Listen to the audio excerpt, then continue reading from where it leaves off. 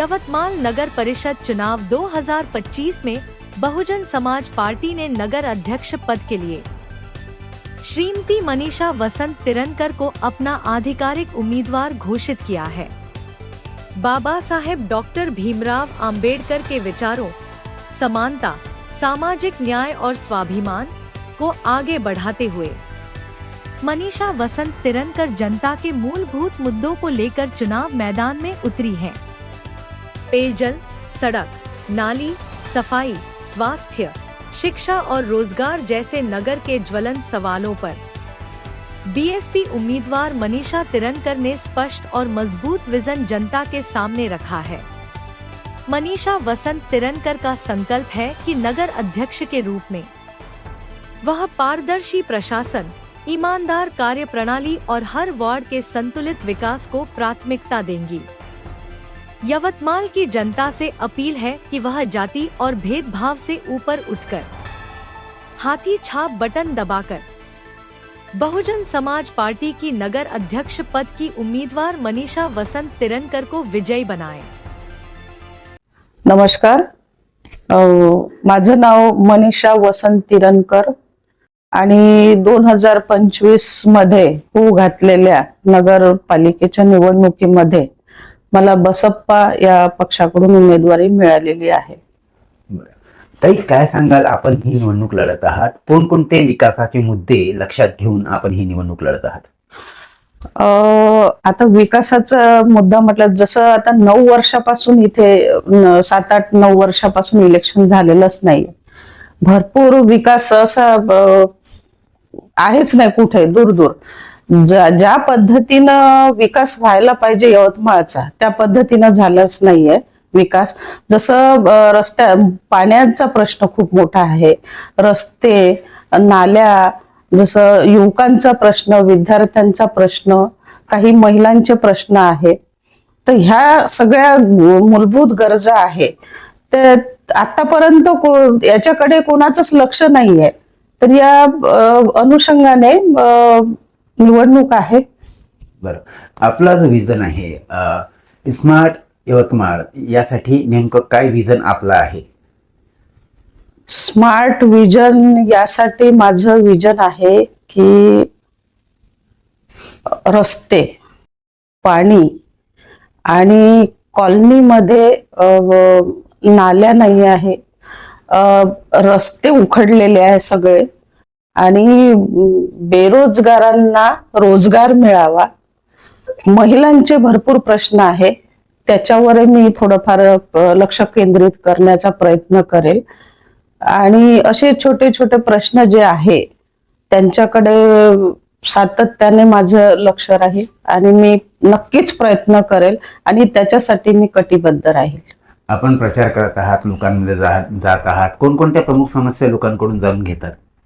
लोकांच्या समस्या भरपूर आहे, पण मी जिथे जिथे, जसं आता दलित एरियामध्ये, जसं लोहारा, नेताजी नगर, ह्या ज्या एरियात जात असते मी, त्यांच्या समस्या पाहते तर पहिली समस्या तर पाण्याची आहे। पाणी 8-8 दिवस, कुठे 4 दिवस, कुठे 2 दिवस येत नाही, रस्ते असे उखडलेले आहेत, नाल्या अशा वाहत आहे, त्या नाल्याचं घाण पाणी त्या तब्येतीवर आपल्याला दुष्परिणाम होऊ शकतो।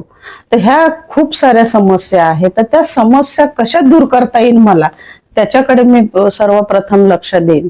बरं ताई, निवडणूक काळ आला की भूल थापा देणे, वेगवेगळ्या प्रकारचे आमिष दाखवणे, अशा प्रकारचे प्रकार केले जातात। आपले जे सुजाण जनता आहे, जे मतदार बंधू आहे, त्यांना काय एक आव्हान आपलं असणार आहे? माझं आव्हान एकच राहील का, जसं आता तुम्ही म्हणत आहे भूल थापा देतात, इलेक्शन आलं की प्रत्येक जण आपापल्या परीने आश्वासन देतात की आम्ही असं करेल, आम्ही तसं करेल, पण प्रत्यक्षात ह्या गोष्टी काही होत नाही। पण मी यवतमाळकर जनतांना एवढंच विनंती करते की आम्ही ज्या समस्या आहे त्या पूर्णपणे सोडवण्यासाठी कार्यरत राहू, सतत कार्यरत राहू, आणि फक्त एक संधी आम्हाला द्या आणि विश्वास ठेवा की ते आम्ही नक्कीच प्रयत्न करू समस्या सोडवण्याचे। 2025 मध्ये नगरपालिकेचे होऊ घातलेल्या निवडणुकीमध्ये मी बसप्पा या पक्षाची उमेदवारी नगराध्यक्ष पदासाठी लढवत आहे. ताई, काय सांगाल आपण जनसेवेसाठी आतापर्यंत कोणकोणते महत्वपूर्ण योगदान आपल्याला आहे, जनतेसाठी काय काय नेमकी कामं आपण केलेले आहेत, काय सांगणार? गेल्या 15 वर्षापासून मी समाजकार्यात अग्रेसर आहे. आताच तुम्ही म्हटल्याप्रमाणे तुम्ही कोणकोणते कामं केले, महिला सक्षमीकरणाचं, बेरोजगार सुशिक्षित बेरोजगार आहे त्यांच्या प्रश्नावर मी काम केलं आणि अनेक त्या प्रश्नांना शासन दरबारी मांडण्याचा प्रयत्न केला आणि मला त्याच्याबद्दल माझा सन्मानही केला आणि अनेक पुरस्कार आहे.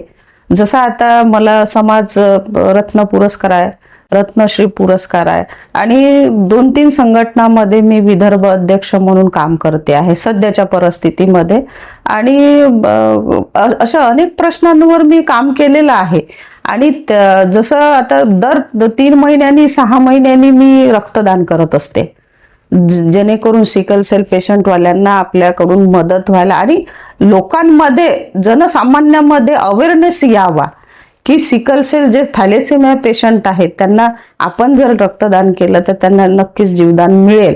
त्या संदर्भात सुद्धा मला UP मध्ये सोनभद्र येथे रक्तवीरांगना म्हणून आंतरराष्ट्रीय रक्तवीरांगना म्हणून मला पुरस्कार मिळालेला आहे. आणि असे बरेचसे पुरस्कार आहे, 39 पुरस्कार मिळालेले आहे मला. आणि माझं अविरतपणे काम सुरूच आहे. मी यवतमाळकरांना एवढीच विनंती करते की येत्या 20 तारखेला आपलं मतदान आहे, तर माझं चिन्ह आहे हत्ती आणि क्रमांक 5 या क्रमांकावर बटन दाबून प्रचंड बहुमताने मला विजयी करा, एवढीच विनंती करते.